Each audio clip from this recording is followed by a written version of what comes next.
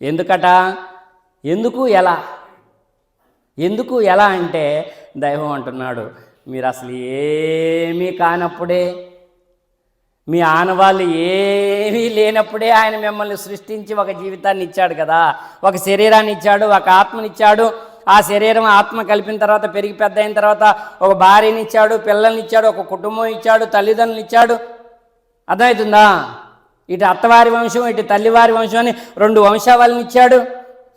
ఏమీ లేనోని తీసుకొచ్చి తల్లి గర్భంలో పిండంగా తయారు చేసి, శిశువుగా తయారు చేసి, భూలోకానికి పుట్టుక, బలహీనమైనటువంటి పుట్టుక ద్వారా ఉయ్యాల్లో నిన్ను ఆడించాడు. తల్లిదండ్రుల ద్వారా బుడిబడి నడకలతో నిన్ను నడిపించాడు.